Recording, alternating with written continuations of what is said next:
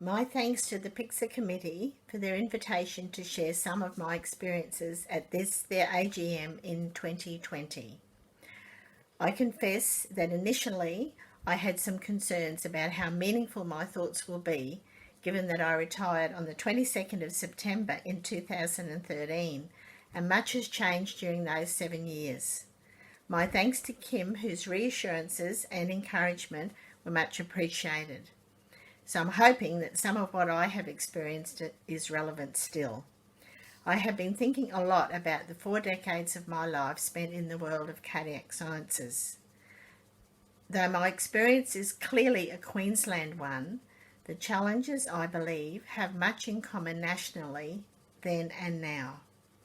It's always a worthwhile exercise to look at how far this profession has come, how much has been achieved, and acknowledge that to keep the momentum for change and growth going requires huge amounts of hard work and commitment. Obviously, the preference is for this to be a shared undertaking. I am personally very aware of the fatigue, both mentally and physically, that such commitment can cause. After I retired, I felt quite numb for the best part of 6 months. I really wasn't aware at that time just how exhausted I was. For me, all those years ago, it certainly wasn't an auspicious start. At my 1970s interview for my job at the Prince Charles Hospital, the message was that I probably wouldn't stay in the role for very long, as I had matriculated and Year 12 was considered as being overeducated for the role. The view was reinforced when I expressed a desire for further education. I recall that, for this interview, I wore my best purple mini dress and knee-high white leather boots. Really incredible that I was appointed at all. The memories of those days are that they were a huge learning curve. Far from easy, though the friendships formed then have endured to this present time almost 50 years later. I loved almost every aspect of my work, which was then, it then included respiratory and cardiac sciences. But the deaths of patients my age who suffered from cystic fibrosis and others who had Eisenmenger syndrome, there was no open heart in those days for ASDs or VSDs, made a lasting impression on my 18-year-old soul.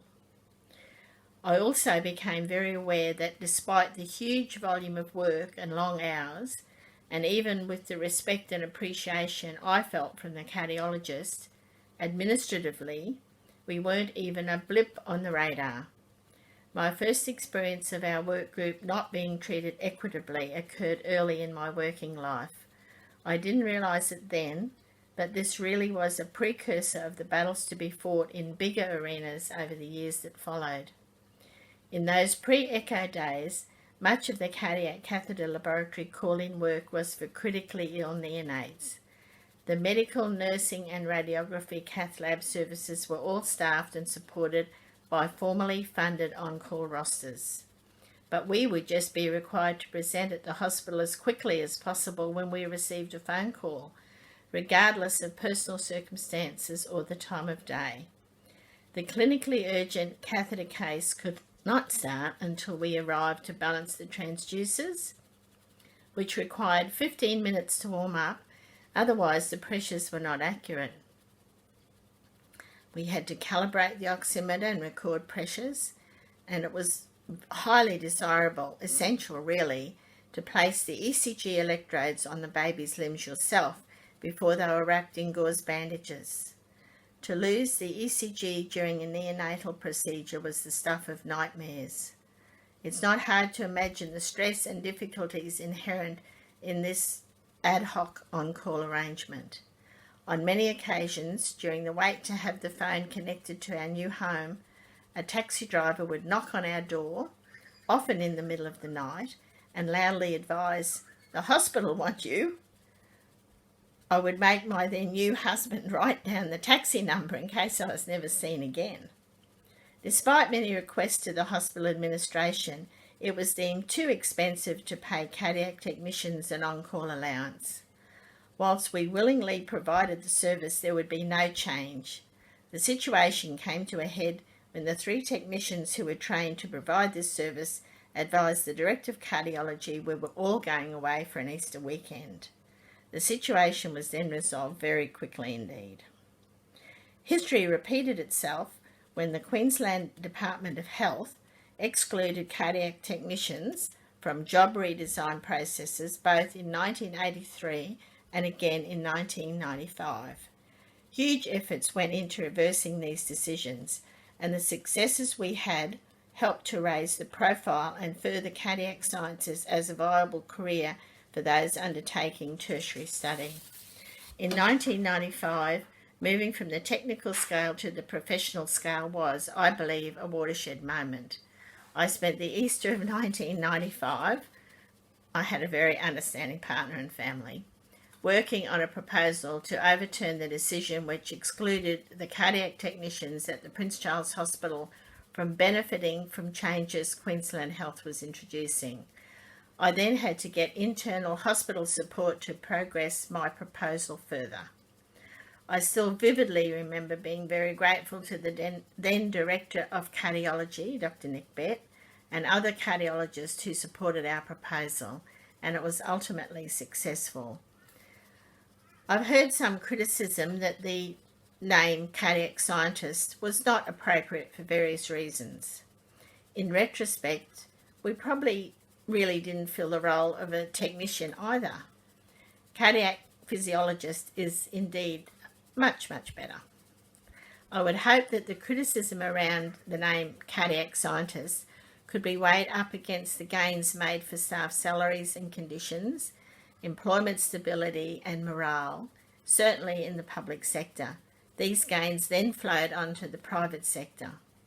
Just getting staff moved from the technical scale to the professional scale, where a tertiary degree is mandatory, was a truly significant achievement, and it became accepted in all hospitals across Queensland.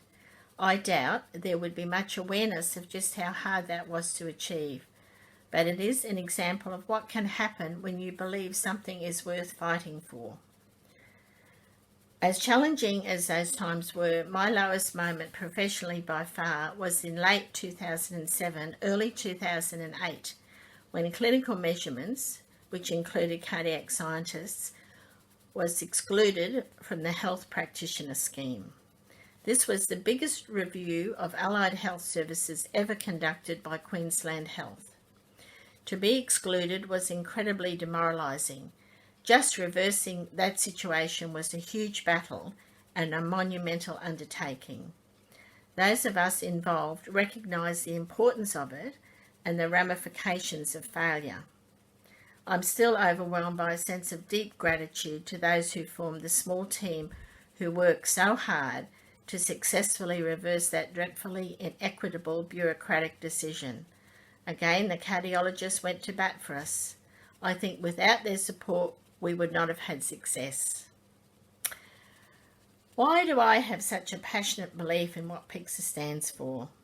For me, accreditation really is the holy grail. In my experience, we have suffered repeatedly as a professional group because we are not accredited.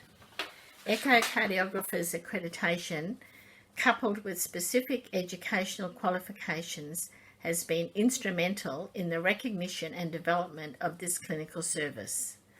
The lack of a specific degree for cardiac sciences for a long time was a significant problem, but currently accreditation for all those who provide other cardiac scientific services is, I believe, absolutely vital. Achieving this has proven to be indescribably difficult, and I don't need to extrapolate on why. I think this audience knows why. If it was easy, it would have happened already.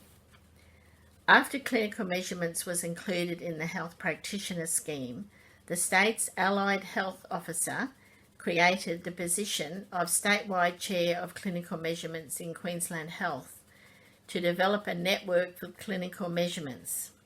When I was appointed in 2008 on merit to that position, my attention was even more firmly focused on accreditation. Coincidentally, in 2009, and maybe a portent of the significant role he would fill later, Dane Inkera, a past PiCSA chair, was the first allied health clinical education officer. The Chief Allied Health Officer proactively supported and strongly encouraged accreditation for clinical measurements. Some achievements were made toward this goal, but the diversity of the clinical measurements group, which included practitioners from Queensland Heart Valve Bank, urology, sleep disorders, clinical neurophysiology, critical care science, respiratory science, and cardiac sciences, was incredibly challenging. Not to mention the wide scope of practice within cardiac sciences that you're all familiar with. Numerically at that time, cardiac sciences represented 50% of the staffing workforce in this clinical measurements group in Queensland. When I took on this role, it was in addition to my substantive position as Director of Cardiac Sciences across 3 hospitals. With the clarity that hindsight provides, I can see now that there just weren't enough hours in the week to achieve accreditation, no matter how important I thought it was. I suspect the issues I grappled with then are similar to those PiCSA is encountering now. In my experience, the challenge is to motivate enough people to join PiCSA to actively contribute to and to support change. Often there is a sense of loss.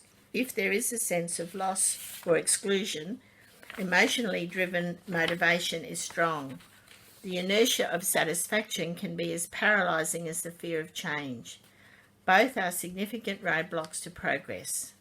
If a sense of well-being exists, there is little desire to work towards a change of the status quo.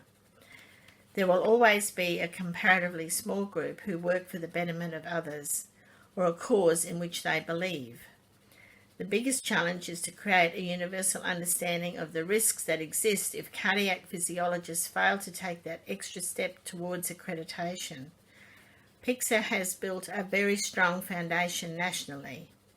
There is still work to do, but the opportunity to achieve accreditation has never been better. It will need unit directors and those who can foster and support change to provide leadership, and influencers who can inspire support. My time is up now, probably in more ways than one. I want to say how very blessed and privileged I am to have worked in the wonderfully exciting, challenging and satisfying environment of cardiac physiology. I have worked with and loved and argued with in equal quotients some amazingly talented, dedicated and incredibly clever people. Many of them have given and are still giving their time and energies to supporting PiCSA. I was very fortunate that over the years I received acknowledgement in my workplace. Being honoured with the PiCSA Life membership is a career highlight I cherish. I'd like to, in closing, acknowledge the work of the past and present PiCSA committee and those who work with them. Thank you.